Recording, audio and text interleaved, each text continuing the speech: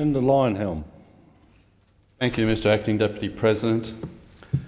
Our government extracts huge quantities of tax from the rich.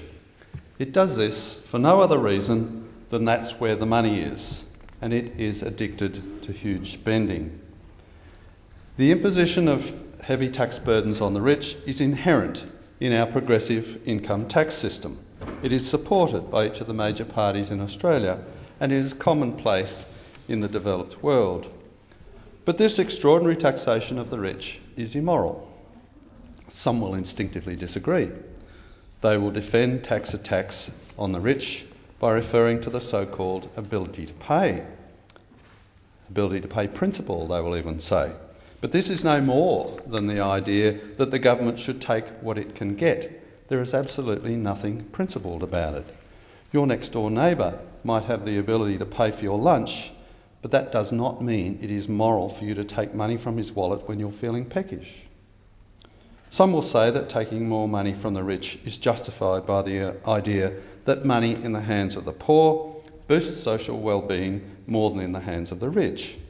But most government spending is directed to welfare, education and health handouts that aren't effectively means-tested, as well as to ad hoc interference with industry. When the government does direct money to the poor, it wastes billions on public servants along the way. Taking money from the rich also depresses charitable giving, economic growth and unemployment, hardly a formula for boosting social well-being.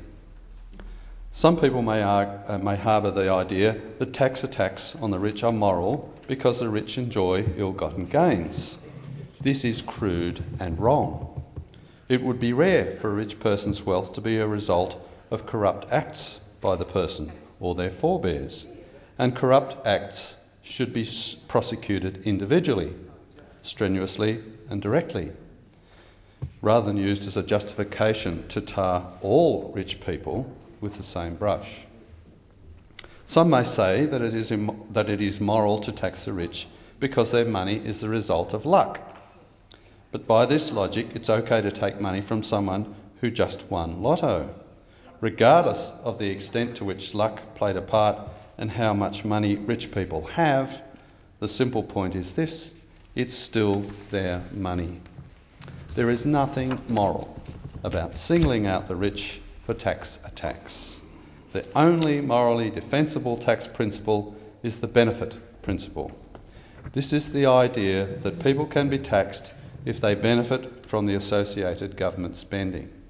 It means that government services from which we all benefit, like defence, police and the justice system, should be paid for by all. After all, these services don't particularly benefit the rich. Our tax system is clearly not based on the benefit principle. It largely involves taking money from a rich person, well in excess of the cost of services the person benefits from, either directly or indirectly, to fund government services that the person will never use. I challenge each politician and commentator to explain how they think this is the moral thing to do. The Liberal Democrats would replace the existing progressive income tax system with a flat 20% income tax, in conjunction with a high tax-free threshold, and we have identified the spending cuts to fund it.